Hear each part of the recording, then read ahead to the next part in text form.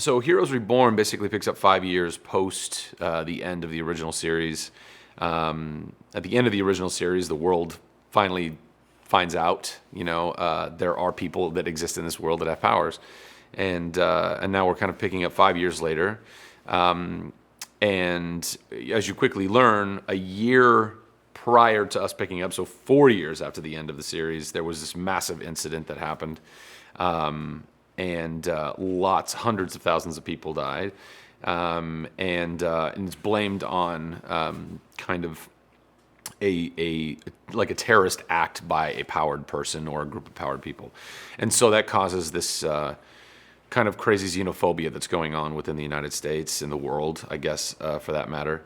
And so now we're just kind of being thrown into that xenophobic, weird, polarized world of people with powers and people without powers, and how's this world ever going to work?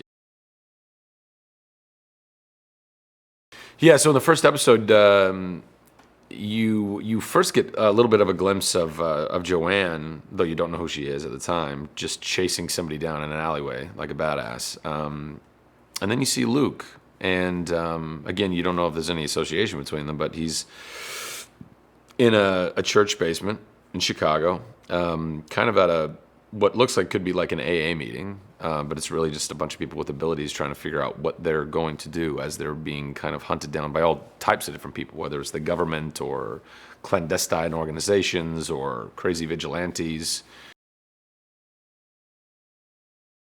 And pretty quickly you find out that Luke and Joanne are pretty dark people. It's a far cry from Chuck, that's for sure. Yeah. Having played Chuck, or even characters like Chuck that have really good hearts and they're good people and they mean well, but they kind of stumble over their own words. And I wanted to play a character that was intelligent, confident, badass, and maybe not altogether that great. Maybe really dark, maybe really bad.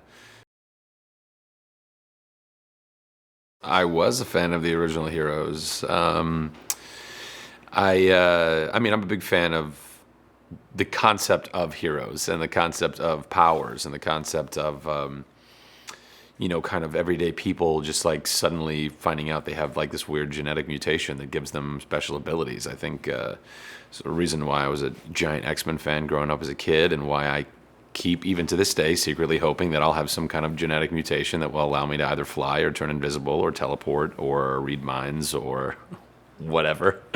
So yeah, I was a fan of this show, and kind of, and everybody in it. I mean, we on Chuck came along. Our first season was their second season, and I got to meet a lot of the cast and Tim, and became friends with a lot of them, and so there's a special place in my heart for the original show, and that was part of kind of what gravitated me toward wanting to come back and be a part of the miniseries. I hope that those who are fans of the original series will find in this miniseries, all the stuff that they loved the first time around. Dynamic characters, dynamic relationships, really kick-ass special effects and actions, and crazy plot twists and weaving together conspiracy theories, and just like a cast of thousands,